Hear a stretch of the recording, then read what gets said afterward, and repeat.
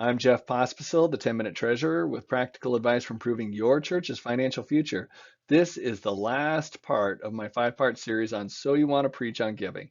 Again, this is hopefully getting pastors and preachers over the hurdle that's preventing them from preaching on generosity and stewardship, because I think that's a life-changing message for the congregants as well as the church. And this one, we're going to talk about fine tuning your message. Just like you might fine tune an engine, we've got all the major parts. We've got our theological foundation. We've got our one point. We've got our testimony. We've got our challenge. And now it's making sure that they all fit together well. And I'll give you some tips on how I usually prepare that last little bit on fine tuning my message. So first of all, I do go through it real quick and make sure that everything is pointing back to that one point. What is my one main point? Is everything still supporting that? We talked about that earlier, but things might have changed as you know, a message evolves over time. So going back and reading it through the lens of that one point. Also, making sure that your visuals are reinforcing that 1.2. Your slides, if you use slides or whatever, if you use objects, that they all support that 1 point. So go through that as well to make sure that everything is supporting that 1 point. By the way, this happens to be my good friend Kyle Reinhiller at Harrisburg United Methodist Church. So probably the most important piece of advice I'd have for you is to allow somebody else to preview your message ahead of time. So if you're a manuscript preacher like I am, where you write everything out, give that manuscript to somebody that you trust and have them go through it, ask questions, ask for clarification. Maybe they have arguments against what you're saying, but let somebody that you trust look through it, read through it, and help you fine tune it. If you're not a manuscript preacher, maybe just have a summary or an outline or something like that.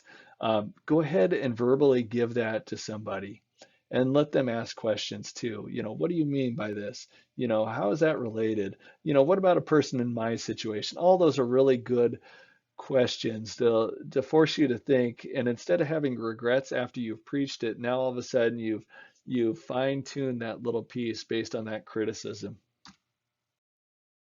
And the last thing you need to do is you really do need to spend some time practicing.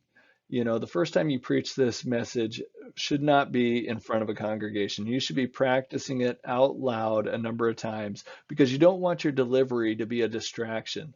If you are stumbling over maybe something is written well, but it's hard to say, that's something you need to address. You just need to be comfortable with that delivery and have confidence in that delivery so that, again, your delivery does not become a distraction. You want to deliver God's message as best as you can.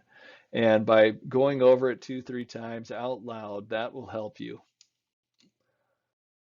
So just real quick, if you're going to fine tune a sermon, um, first thing to do is pay attention to that 1 point. Does everything support that 1 point? Do the visuals support that 1 point? Are they adding or are they distracting? Do you have another perspective? Have you had somebody else look through it, ask questions, ask for clarifications, ask how it applies to them? And the last one is, have you put in the practice? And if you do all these things, you will have a fine-tuned message and you'll be able to give it as well as you're ever going to give a message.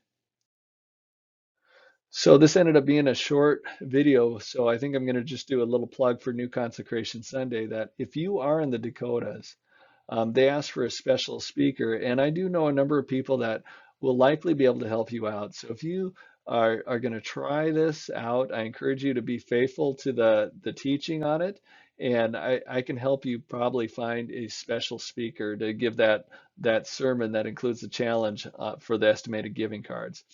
So other than that, this is a ministry of the finance office of the Dakotas Conference, as well as the Dakotas United Methodist Church. And you can find all of our stuff at dakotasumc.org or dakotasumf.org. All right, blessings till next time.